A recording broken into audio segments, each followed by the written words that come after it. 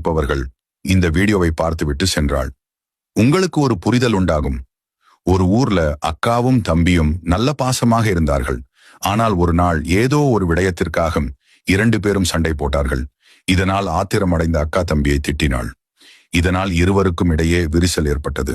பல ஆண்டுகளாக அவர்கள் ஒருவருக்கொருவர் பேசிக்கொள்ளவில்லை. சில ஆண்டுகள் கழிந்து அக்காவின் மகளுக்கு திருமணம் செய்யும் நேரம் வந்தது.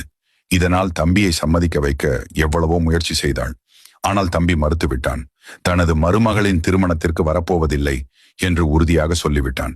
இதை அறிந்த உறவினர் ஒருத்தி, உனது தம்பி மன ஆறுதலுக்காக ஒரு துறவியிடம் போகிறவன். அந்த துறவியின் சொல் பேச்சை கேட்பான். நீ அவரிடம் போய் உண்மையை சொல் என்றாள்.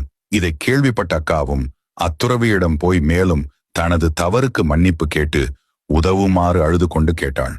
அந்த துறவியும் அவளுக்கு உதவி செய்வதாக வாக்கு கொடுத்தார். அடுத்த நாள் தம்பி துறவியிடம் செல்லும் போது துறவி தம்பியை பார்த்து கேட்டார், உனது மருமகளுக்கு கல்யாணம், நீ என்னென்ன செய்ய போகிறாய் என்று. அதற்கு தம்பி, நான் கல்யாணத்துக்கு போக மாட்டேன். பல வருடங்களுக்கு முன் எனது அக்கா என்னை மோசமாக பேசிவிட்டாள். அது எனக்கு இப்பவும் குத்திட்டு இருக்கு. என்னால கல்யாணத்துக்கு போக முடியாது என்றான். அதற்கு துறவி தம்பியை பார்த்து கேள்வி கேட்டார். போன ஞாயிற்றுக்கிழமை சொற்பொழிவில் உனக்கு நான் என்ன கற்பித்தேன்? தம்பி ஒன்றும் பேசாமல் மௌனமாக இருந்தான். துறவி சொன்னார், நல்ல வார்த்தை நல்ல படிப்பு 8 நாட்களில் மறந்து போகுது உனக்கு. ஆனால் கசப்பான விஷயம் பல வருடங்களாக வைத்துள்ளாய். நல்ல வார்த்தை நல்ல படிப்பு ஞாபகம் வைத்து இருக்காத, நீ வாழ்க்கையில் எப்படி முன்னுக்கு வருவாய்? நாளையிலிருந்து இங்கே வர வேண்டாம் என்றார். இதை கேட்ட தம்பிக்கு அப்பதான் ஒரு புரிதல் வந்தது.